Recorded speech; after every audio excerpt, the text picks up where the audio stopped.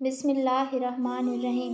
حضرت ابو امامہ باہلی رضی اللہ تعالیٰ عنہ کہتے ہیں کہ میں حجۃ الوداع میں رسول صلی اللہ علیہ وآلہ وسلم کی اونٹنی کے ساتھ کھڑا تھا۔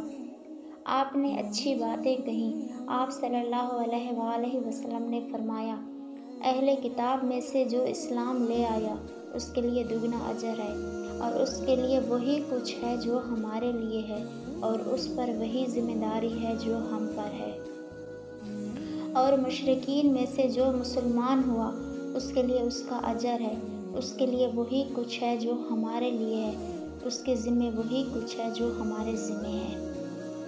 حضرت ابو ہریرہ رضی اللہ تعالیٰ عنہ سے مروی ہے کہ رسول اللہ صلی اللہ علیہ وآلہ وسلم نے فرمایا، شیطان اس بات سے ناامید ہو چکا ہے کہ تمہاری اس زمین میں اس کی عبادت کی جائے، لیکن وہ اس بات سے راضی ہے کہ تم دوسروں کو حقیر سمجھتے ہو۔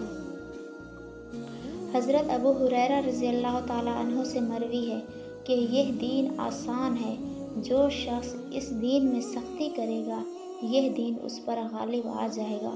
معاملات کو سیدھا رکھو، قریب رہو، اور صبح و شام اور رات کی سیاہی اندھیرے میں مدد طلب کرتے رہو۔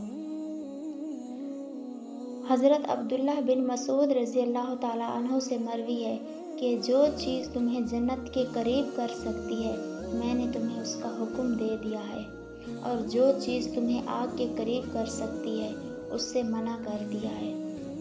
جبرائیل علیہ السلام نے مجھے بتایا ہے کہ کوئی نفس اس وقت تک نہیں مرے گا جب تک اپنا رزق مکمل نہ کر لے، اس لیے اللہ سے ڈرو اور اچھے انداز سے طلب کرو، اور رزق میں تاخیر تمہیں اللہ تعالیٰ کی نافرمانی پر نہ ابھارے، کیونکہ اللہ تعالیٰ کے پاس جو کچھ ہے اس کی اطاعت کے ذریعے ہی حاصل کیا جا سکتا ہے۔